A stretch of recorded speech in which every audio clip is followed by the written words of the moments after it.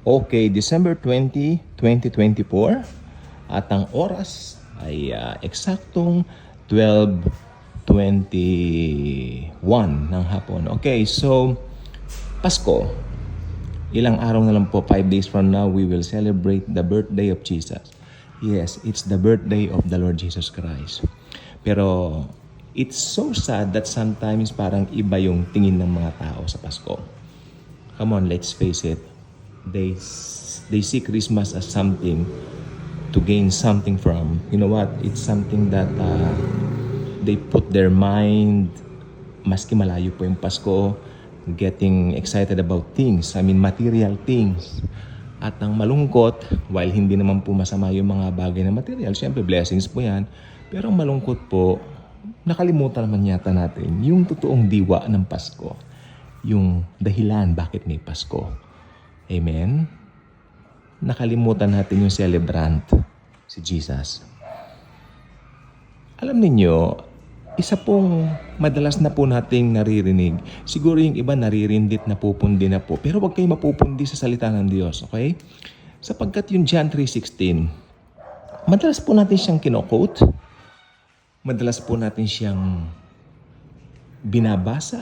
Sometimes kung may nakita tayong magandang design na parang pwedeng isabit sa wall, nakikita natin sa SM, yung parang mga posters, bumibili tayo, stickers, nilalagay natin sa mga sasakyan natin, sa bahay natin, John 3:16.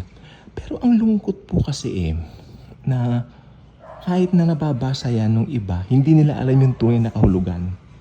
For them, it's just something na parang maganda lang marinig. Parang nakasanayan. O yun, ang gusto ko sabihin kanina pa tinutumbok ko.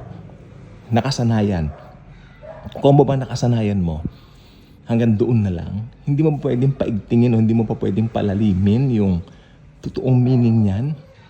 Alam po ba ninyo, ayon sa pag-aaral ko po, no? At naniniwala naman ako mag-a-agree ibang theologian. Since marami naman po tayong mababasa sa Bible na kumakatawan sa Pasko, like, syempre, isa pong maganda rito, yung paborito ko, yung sa Galatia. He was born of a woman, born under the law, para tubusin nga rin niya yung mga nasa law. Diba? Pero, para sa akin, ang pinakamagandang verse ng Pasko, John 3:16. Because, na-reveal ang puso ng Diyos sa talatang ito. The heart of the Father is revealed. Din Ayaw ko sabihin was. Kasi ang laging is sa pag-uusapan mo ang nature ng Diyos, lagi siyang is. Hindi siya nagbabago. Amen? The heart of the Father is revealed through this verse. Basta pansinin niyo sa English.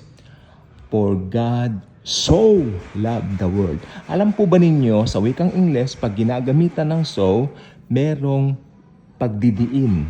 Yes. Merong significant yan. Yung pagdidiin, yung intense, nandun yung intense niya. Hey, I'm so in love with you. Hindi ba? Sa mga lalaki na naninintahan sa babae, mahal na mahal kita. Hindi lang mahal kita, kundi mahal na mahal kita. Pero sa Diyos, walang katumbas yan. Walang katulad yan. Mahal niya tayo. Alam niyo po ba, sabi nila, wag daw sasabihin yung tungkol sa impyerno kasi Pasko. Abay, related po yan Related yan. Related yan. Yung impyerno, related sa Pasko. Abay, oo. Makinig kayo mabuti. Saan ba pupunta ang tao? Saan ba pupunta lahat ng tao? Dahil sa kasalanang minalaki Adan. Adamic nature.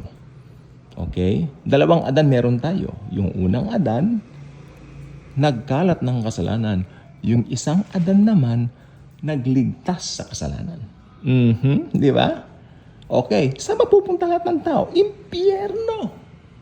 Hell. Ultimately, yan ang gihina. Oo.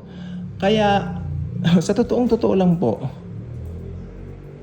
isa sa magandang katangian o preaching ng Pasko, since malapit naman dumating ang Panginoong Jesus, laliman na natin yung mga preaching tungkol sa Pasko.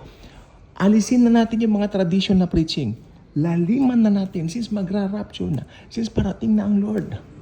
Laliman na natin. O ganito, lahat ng tao papuntang impyerno dahil sa kasalanan. Okay? Hindi yung kasalanan na nagagawa natin ha, kundi kasalanang mana. Okay? Kasalanang minana natin. Yung sin nature o Adamic nature. Amen? Amen. Pero dahil, tignan nyo, Genesis chapter 3 pa lang po, nangako na ang Diyos Ama ng tagapagligtas. Ayan po yun. Actually, nandyan na po yung diwa ng Kapaskuhan nung nangako ang Diyos Ama na magpapadala siya ng tagapagligtas sa buong mundo. Ang Panginoong Heso Kristo. Kaya ang impyerno ay may kinalaman sa Pasko. Amen? Ang nakakatakot nito, karamihan na nagdidiwang ng Pasko ngayon, doomed for hell forever. Dahil ayaw nilang makinig sa gospel. Pansinin nyo, maraming unbelievers nagdidiwang din ng Pasko, pero ayaw nilang makinig ng gospel. Alam niyo po bang ilang beses kaming sinat up? Kung magba-Bible kayo, wag muna ngayon. Binanong kami. Ilang beses po yan. Bilang nangangaral ng Word of God. Ilang beses po kaming, Kaya sabi ko, dito na lang po tayo. Ay, may kahapon po, I'm so sorry po. At it was being asked by someone to me yesterday kung pwede rin makasama ng dito sa Manila. Hindi na po ako nagba-Bible study ng mga lakad-lakad since marami po akong reasons, very personal reasons po. Pero nandito po ang Daily Good Vibes. Dito po tayo makakarinig ng mga sariwang salita ng Panginoong Jesus. So, salamat po sa nag-comment. Kahapon ba yun o isang araw? Hindi na po ako sure, pero nabasa ko po siya yesterday. Okay? So, saan ba tayo? Ayun, impyerno. Mahalagang ipangaral mo ang impyerno dahil yan ang Gehenna. Hindi yan biro. Naingay po yung aso. Makinig pong mabuti. Importante po to. I want you to catch the heart of the matter for this video. For this vlog, okay? Makinig pong mabuti. Importante. Listen, listen, listen. Hindi magkakatawang tao si Jesus dito sa lupa kung alam niya na hindi pupunta sa impyerno ang mga tao. Kaya nga, for God so loved the world. Alam niyo kung bakit? Kasi alam ng Diyos Ama, mapupunta ng impyerno ang lahat ng tao dahil sa minanang kasalanan kay Adan. Amen? Amen. Hindi po biro. Hindi biro. Ang pupuntahan ng tao, maniwala kayo sa akin. Those who are making fun of us, Christians, pagka nangangaral kami, alam niyo, pagkakaperahan nga raw po ba itong ginagawa namin? Pag ganyan-ganyan pa kayo, pagkakaperahan ba yan? Ganyan po kami sa isang tahanan na pinuntahan namin na maayos. Yung isang kasama namin, namutla. Sabi ko, ay, wag po kayong kung gusto niyo pong sumama sa amin, mangangaral tayo, ay marami tayong ma-experience na ganito, ang sabi ko noong araw yon. Dapat lagi kayong handa sa persecution. Kung si Apostol Pablo, pinersecute. Di ba? Si Jesus mismo pinersecute Di ba? Ayan po. Ngayon po, sige, magtawa. Laugh now, pay later. Okay? So, ang akin lang naman po kasi dito, kapag hindi importante ang impyerno at hindi alam ng Diyos na pupunta roon lahat ng tao, hindi magkakatawang tao ang anak ng Diyos. Di ba? Pero dahil alam niya ang danger na pupuntahan ng lahat ng nilalang sa sangkalupaan dahil sa minanang sala kay Adan, pinadala niya ang kanyang bugtong na anak. Yan ang Panginoong Jesucristo. Kaya it's very important na i-analyze natin ang tunay na diwa ng Pasko. Nakakalungkot po, puro church program. Kaya wala na po ako sa institutional church. Nandyan po mga hipokrito. Ang natataas dyan yung mga pastor, mga bishop, may mga title pa nga sila Nakakakilabot yan. Sa kung tutuusin lang. Walang tinawag na pastor. Hindi tinawag na pastor si John, hindi tinawag na pastor si Paul.